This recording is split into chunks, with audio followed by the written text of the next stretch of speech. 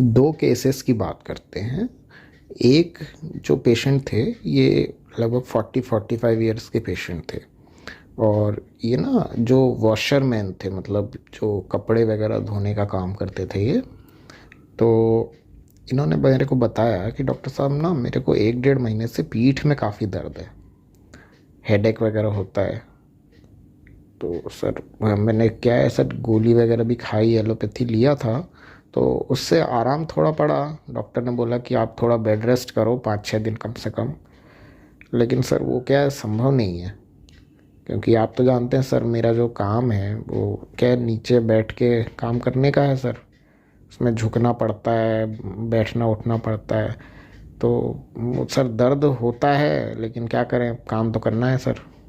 मैंने बोला अच्छा, और कोई परेशानी? बोलते नहीं नहीं सर, बस ये सर थोड़ा ठीक हो जाए, बस ये पीठ का दर्द ना, तो सही रहेगा। मैं बोला कोई चिंता वगैरह होती है क्या इससे? बोलते चिंता क्या होगी सर, मतलब ठीक हो जाए ये, बस यही है। क्योंकि क्या है सर, घर में करने वाला और कोई नहीं है। वाइफ का तो सर आप जानते हैं, उनको स्पॉन्डिलोसिस की समस्या है। तो उनको सर पीठ में दिक्कत है, तो उनसे मैं नहीं कहता हूँ। और बाकी सर बेटा जो है, वो तो सर पढ़ाई करता है, स्टूडेंट है, तो अब उससे क्या ही बोलेंगे। तो सर करने वाला मैं ही हूँ, और कोई है नहीं सर। अब अगर मैं सर बैठूंगा, रेस्ट करूंगा, डॉक्टर तो कह रहे थे ये चीज़, तो कैसे होगा सर? व्यवस्था सर सारी गड़बड़ा जाएगी ना, सब गड़बड़ हो जाएगा। मैं बोला क्या गड़बड़ हो जाएगा? बोलते सर कैसे, मतलब अब काम है सर, धंधा है, तो नहीं करेंगे तो दिक्कत होगा ना सर। वही लगता है सर, खर्चा है, वाइफ का भी ट्रीटमेंट, अपना भी, बच्चे की पढ़ाई है। अब करने वाला सर मैं ही हूँ, नहीं करूँगा तो सर गड़बड़ होगा फिर सब। तो कभी कभी लगता है सर, डर भी थोड़ा लगता है कि सब सब गड़बड़ ना हो जाए, है ना, सब व्यवस्था गड़बड़ ना हो जाए सर, ये इतनी है। तो बोला अच्छा, और कोई बात नहीं सर? और कोई बात नहीं है, बस वही है सर, पैसे का थोड़ा लगता है कि फिर ऐसे ही रहा तो सर फिर भूखे मरने वाला ना आ जाए नौबत। थोड़ा हंसे और ऐसा बोला। तो अभी यहाँ पे ना क्या है, आप सोच सकते हैं कि यहाँ पे फैमिली स्टारविल वाला जो रूब्रिक है ना, फियर स्टारविंग और या कुछ इस तरह का, ये सब क्यों नहीं लिया? और ये नहीं लिया था मैंने, तो ये क्यों नहीं लिया, इसको भी समझेंगे। एक और केस बताता हूँ मैं आपको। अभी ये केस भी लगभग एक 40-45 ईयर्स ओल्ड लेडी हैं, काफ़ी पुरानी पेशेंट हैं। तो इनका जो मैं पहले ट्रीटमेंट करता था ना, इनको ओरल अल्सर्स बार बार होते थे, तो वो हायोसाइमस इनको देता था मैं, तो उससे ये ठीक हो गई थी बिल्कुल। अल्सर्स होना इनको बंद ही हो गए, और काफ़ी समय तक ट्रीटमेंट लिया इन्होंने। फिर उसके बाद जब इनको कोई दिक्कत होती थी तो ये आती थी, वरना फिर ये सही रहती थी। लेकिन अभी क्या हुआ था, पिछले कुछ टाइम से इनको बैक में पेन, और दोनों हाथों में, दोनों फोर आर्म्स में इनको पेन होने लगा था।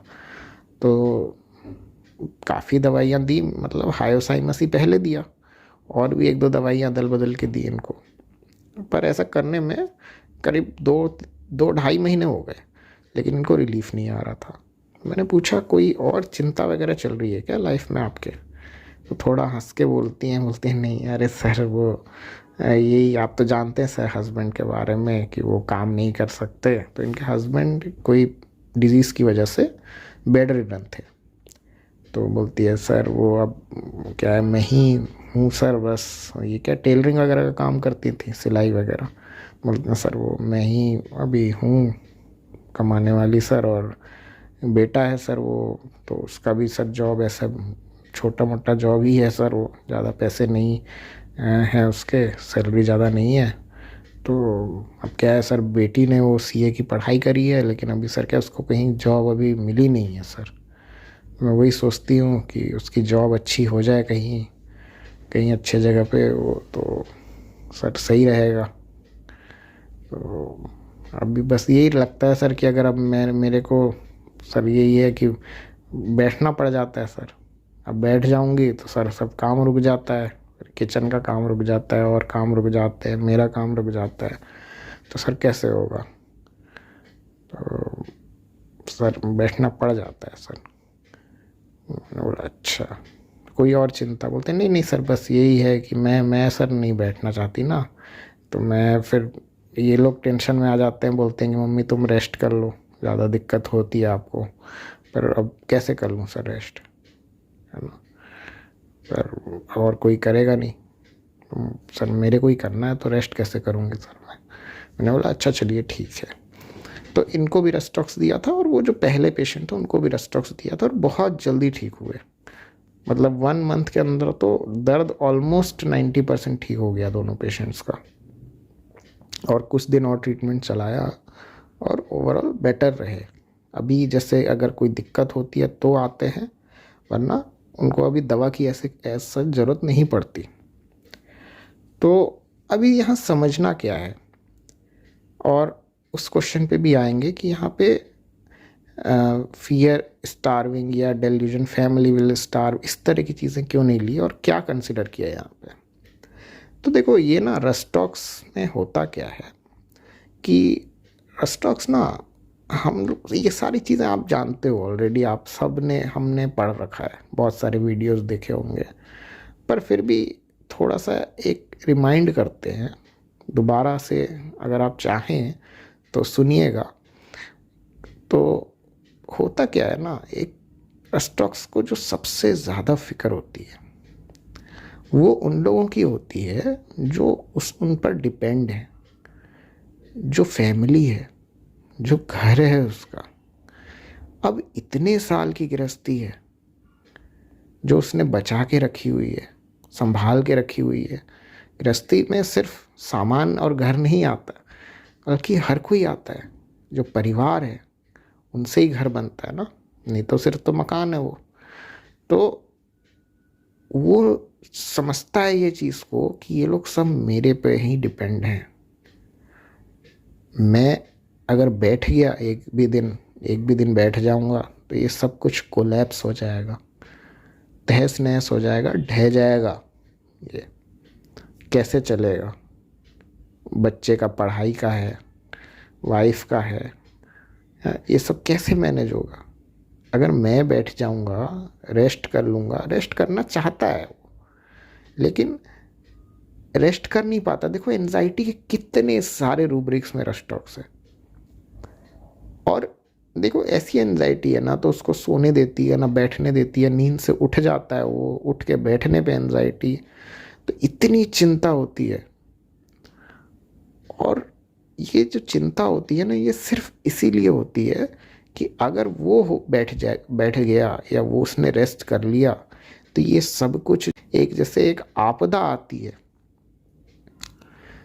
अब आपदा या एक कैलामिटी, एक डिज़ास्टर, इसीलिए वो फियर डिज़ास्टर में आता है रस्टॉक्स।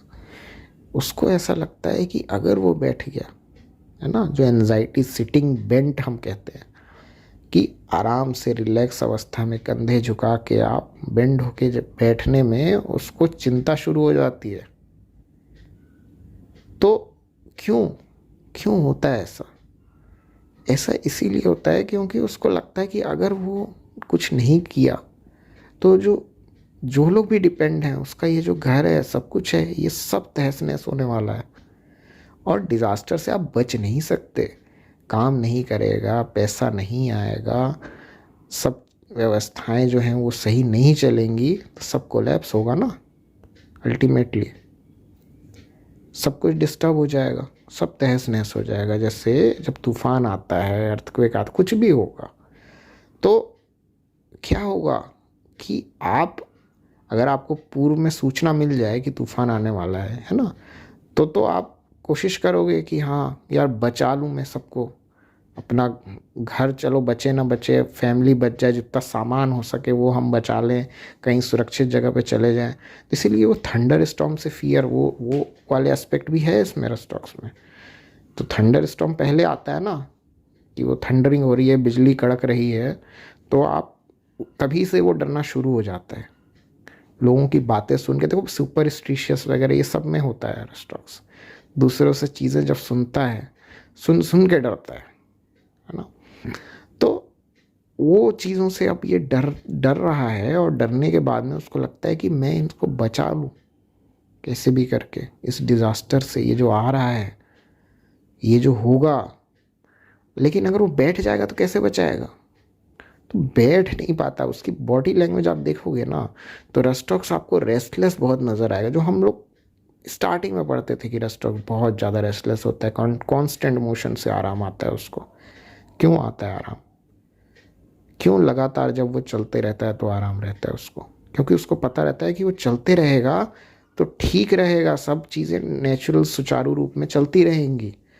वो बैठ जाएगा तो सब कुछ जो है वो बिखरना शुरू हो जाएगा, है ना।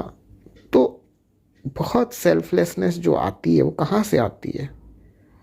अभी ना, ये जो चीज़ है जो हमने पहले बात करी कि यहाँ पे क्यों मैंने उस चीज़ को कंसिडर नहीं किया, जबकि पेशेंट ने ऐसा बोला कि डॉक्टर साहब कि कहीं भूखे मरने का ऐसा लगता है कि कहीं नौबत ना आ जाए।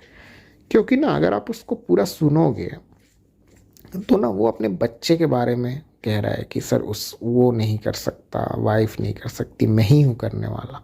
दूसरे केस में भी वो ये कह रही है कि बच्चे की अच्छी जॉब लग जाए तो सर अच्छा हो जाएगा सब, है ना। और अभी बेटा उतना नहीं कमाता है तो मैं हूँ कमाने वाली, तो सर अगर मैं भी बैठूंगी तो कैसे होगा? तो ना उसको चिंता ज़्यादा, देखो अपने से ज़्यादा चिंता ना उसको क्या चीज़ की है, वो जो घर है उसका, जो परिवार है, जो लव्ड वंस हैं, उनकी ज़्यादा चिंता है।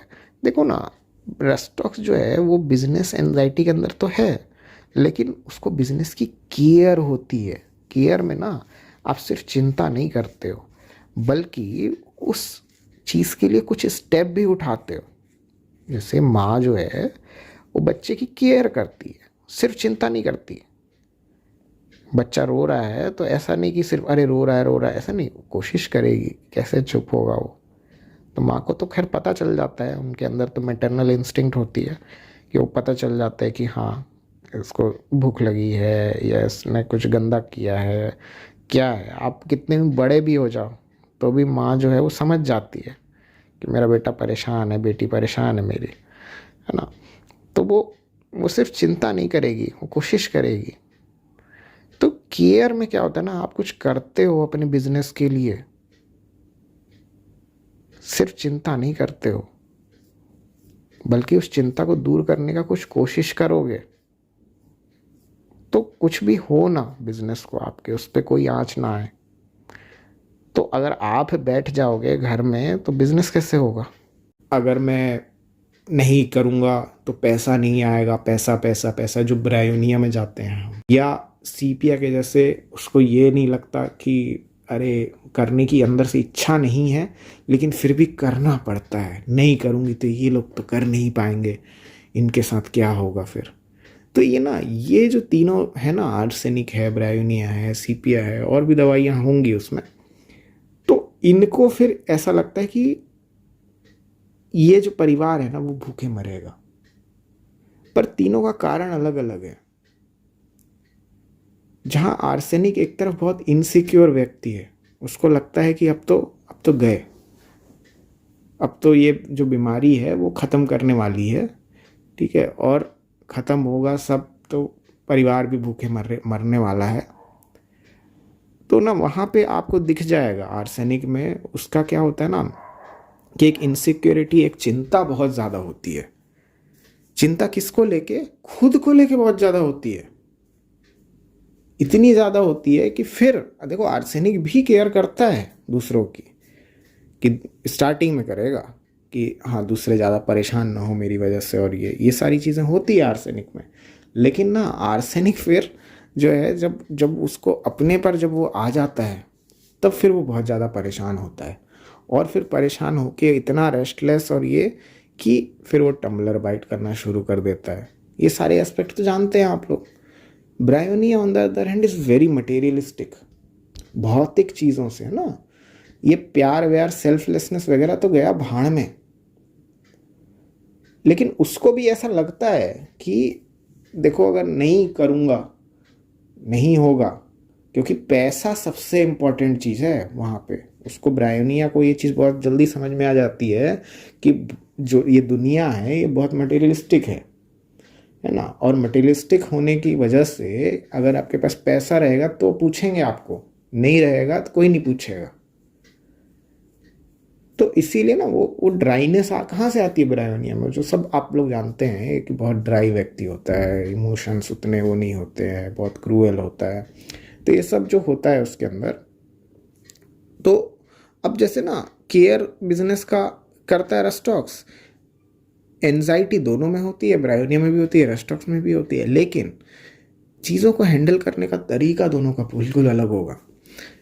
ब्रायोनिया जहाँ अपने एम्प्लॉयज़ को छुट्टी नहीं देता है, वो बोलेगा कि छुट्टी लोगे पैसे कट जाएंगे तुम्हारे, ठीक है, बहुत क्रूएल, एकदम टाइम से आओ, ऐसे करो, ये इस हिसाब से करो, ठीक है, और कोई इंक्रीमेंट नहीं, कुछ नहीं, मतलब कम किसी को देना पड़े और उससे काम करा लो अच्छे से, ठीक है, काम पूरा करो और ये करो। तो उसको कोई पसंद नहीं करता है ना, उसको ज़्यादा कोई, उसकी जो ये इमोशंस की लैकिंग होती है ना, उसकी वजह से उसको कोई ज़्यादा पसंद नहीं करेगा। ऑन द अदर हैंड, चूँकि रस्टॉक्स ना इतना केयर करता है, मेरे पास एक स्वीट शॉप के ओनर थे, तो वो स्वीट्स नमकीन वगैरह ये सब सेल करने का काम करते थे। तो उनकी वाइफ ने बताया था कि अरे सर ये ना ऐसे हैं कि इनके यहाँ पे जैसे कोई लड़का है, काम करने वाला एम्प्लॉई है, कुछ है, उसने कुछ बता दिया कि अरे मेरी माँ बीमार है या पिताजी बीमार है, कोई बीमार है, तो ये सर उसको सैलरी के साथ में कुछ एक्स्ट्रा 2-3 हज़ार रुपये ऐसे ही दे देते हैं कि हाँ जाओ अच्छा ट्रीटमेंट करा लेना और ये करा लेना। सर ऐसे कब तक चलेगा सर, ये ऐसे ही करते हैं। तो मैंने पूछा आप ऐसा क्यों करते हो? बोलते हैं सर ऐसा ना मैं इसीलिए करता हूँ क्योंकि सर वो आदमी सर जो है वो इतने टाइम से है सर मेरे बिजनेस में, मेरे साथ सर जुड़ा हुआ है, उतना सर संभाला उसने इतने सालों तक, तो सर मेरा भी तो है ना कि सर मैं भी तो थोड़ा केयर करूँगा ना उसकी।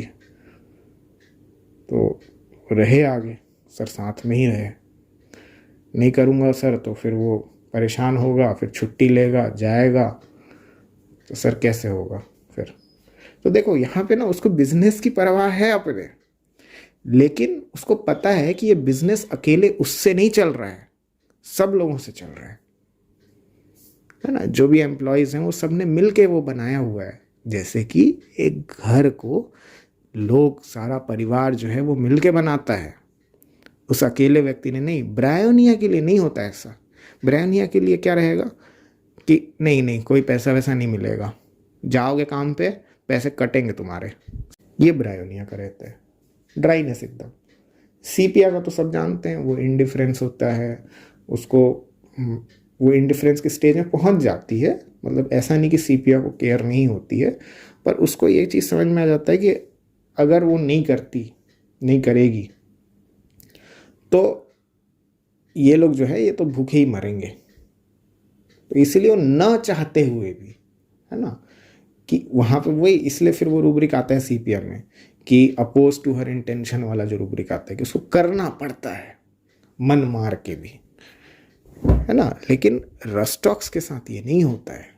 रस्टॉक्स के साथ तो ये होता है कि वो बैठ ही नहीं सकता, आंख बंद करके पड़े रहना तो दूर की बात है, बैठ नहीं सकता वो। तो पहले पेशेंट ने ये बात ज़रूर बोली थी मेरे से कि डॉक्टर साहब ऐसा लगता है कि फैमिली अगर ऐसे ही चलता रहा तो भूखे मरने की नौबत ना आ जाए।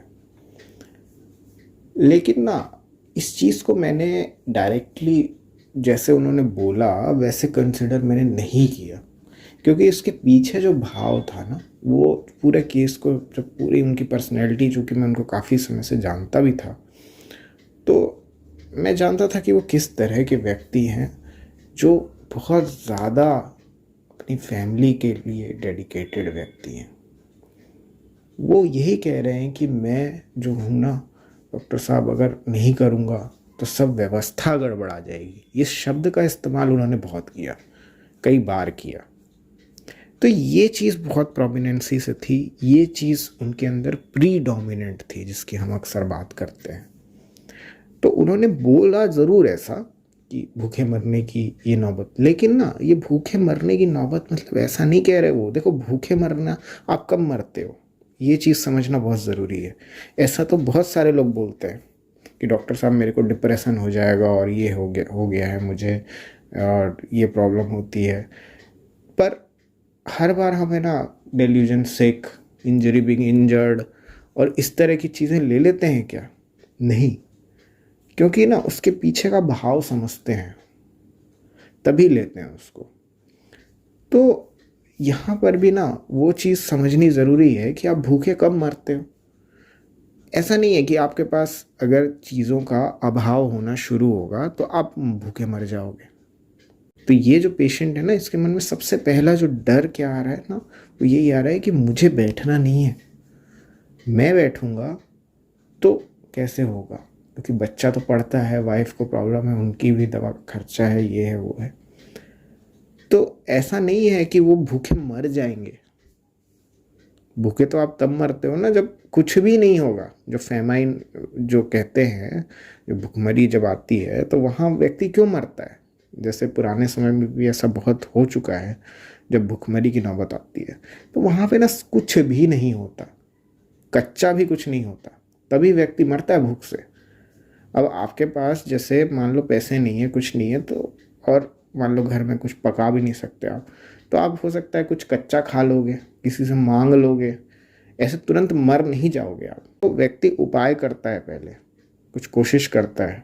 ये चीज़ समझना ज़रूरी है कि स्टार्विंग क्या है एक्चुअल में, जो कि चीज़ हमने अभी डिस्कस किया आर्सेनिक, ब्रायोनिया, रश और सीपिया के साथ में। वहाँ पर तीनों को की जब आप पर्सनैलिटी समझोगे और ये पेशेंट को देखोगे आप, ये जो पेशेंट का डिस्क्रिप्शन हमने पढ़ा बिल्कुल ही अलग बात है, जो कि उन तीनों से मेल नहीं खाता है। तो इसीलिए ना एज अ होल देखने की ज़रूरत होती है हमेशा। आप पूरी पर्सनैलिटी को पहले समझो, देखो, नहीं तो फिर ये मैकेनिकल रेपर्टाइजेशन ही हम करते रहेंगे और केसेस जो हैं वो फिर नहीं निकलते, और फिर हम ब्लेम करते हैं कि mind method is very superficial और वर्क्स इन ओनली इन एक्यूट्स और ओनली इन रीसेंट केसेस, पुराने क्रॉनिक केसेस में डीपर पैथोलॉजीज में काम नहीं करते।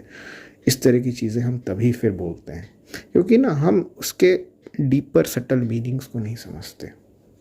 तो यहाँ पर पेशेंट बोला ज़रूर ऐसी चीज़, लेकिन उसका भाव जो था ना, जो कहने का जो एक्चुअल मीनिंग था वो नहीं है। वो कैसे आपको पता चलेगा? आप अंतर्यामी तो हो नहीं कि आपको अंदर से आ जाएगा कि हाँ नहीं, पेशेंट बोल ये रहा है पर कहना कुछ और चाहता था, ऐसा नहीं। ये तो फिर अंदाज़ा लगाना हो गया। तो वो पता ऐसे चलेगा जब आप पूरा सुनोगे उसको, उससे और सवाल करो कि आप भूखे कैसे मरोगे। जितना आप सुनेंगे ना, आप उतना गहराई में मरीज़ को समझ पाएंगे और तब सही रूब्रिक का चुनाव करेंगे। तो यहाँ पर रेपर्टराइजेशन करने की भी ज़रूरत महसूस नहीं हुई जब मैंने उस पेशेंट को पूरा सुन लिया, क्योंकि उसका कंसर्न सिर्फ एक था, वो एंजाइटी सिटिंग बैंड था बस। और बाकी फिर आप सारी चीज़ें, केयर वेयर सब कुछ आप जो है कनेक्ट कर लीजिए डॉट्स। तो ना रस्टॉक्स आप देखोगे बहुत सारे केसेस आपको आएंगे क्लिनिक पे, बहुत कॉमन दवा है, बहुत कॉमन। बहुत बार तो सिर्फ मॉडलिटीज़ पे हम फिजिकल पे ही दे देते हैं, लेकिन फिजिकल में ऐसा ज़रूरी नहीं है आप दे दो तो, क्योंकि ये मॉडलिटी बहुत सारी दवाइयों में है। ये मॉडलिटी सबसे ज़्यादा आपको कैल्केरिया फ्लोर में मिलेगी, जो रस्टॉक्स की मॉडलिटी होती है। पर कैल्केरिया फ्लोर बिल्कुल अलग दवा है, मैंने ऑलरेडी पहले एक वीडियो बनाया हुआ है बहुत पहले, तो वो देख लीजिएगा आप, तो कैल्केरिया फ्लोर समझ में आ जाएगी। तो रस्टॉक्स क्या क्या होता है ना, रस्टॉक्स को ये समझ बहुत होती है, बहुत माइल्ड लोग होते हैं, बहुत अच्छे लोग होते हैं, आपसे बात करेंगे आपको इतना अच्छा लगेगा उनसे बात करके, बहुत मधुर स्वभाव के। लेकिन उनका कंसर्न हमेशा यही रहता है कि अपने से आगे कोई दूसरा, परिवार, लव्ड वंस, बिजनेस, जो भी, दूसरे के लिए। और देखो बीमार भी इसीलिए होता है, बहुत ज़्यादा दूसरों के लिए सोचना करना, बिजनेस के लिए केयर और वरी से ही बीमार पड़ता है रस्टॉक्स। तो इसीलिए तो जल्दी ठीक होना चाहता है, क्योंकि जल्दी ठीक होगा तो फिर से वो भागा दौड़ी चहलकदमी वो कर सकता है, फिर से वो संभाल सकता है, वो डिजास्टर से बचा सकता है। तो इसीलिए वो कैरी डिजायर फास्ट में जाता है और श्रीकिंग वहाँ उसका इसीलिए आता है। ये सारे एस्पेक्ट फिर आप कनेक्ट कर सकते हो। देखो डिलीरियम बिजनेस टॉक करता है वो, ये तो मैंने खैर पहले बताया हुआ है, तो वो वीडियो आप देख लीजिएगा कि डिलीरियम डिरेल्ड अवस्था में जाके बिजनेस टॉक करता है। वो वैसे नहीं करेगा आपसे, ये वैसे नहीं उसका कंसर्न होता है इतना रेस्टॉक्स का। पर जब बीमारी की अवस्था आती है तब फिर वो घबराता है और तब वो डिरेल्ड अवस्था में जाता है। तो आई एम श्योर कि ये डिस्कशन आपको इंटरेस्टिंग लगा होगा। रेस्टॉक्स को थोड़ा सा और एक रिवीजन ही कह लें, या जो लोग पहली बार सुन रहे हैं तो आपको कुछ और समझ आई होगी रेस्टॉक्स। तो अच्छा लगता है ना, तो चैनल को सब्सक्राइब करिए, ये वीडियो को लाइक कर दीजिएगा, शेयर करिए अपने फ्रेंड्स के साथ में, कलीग्स के साथ में, डॉक्टर्स के साथ में। Till next time, thanks a lot and good bye.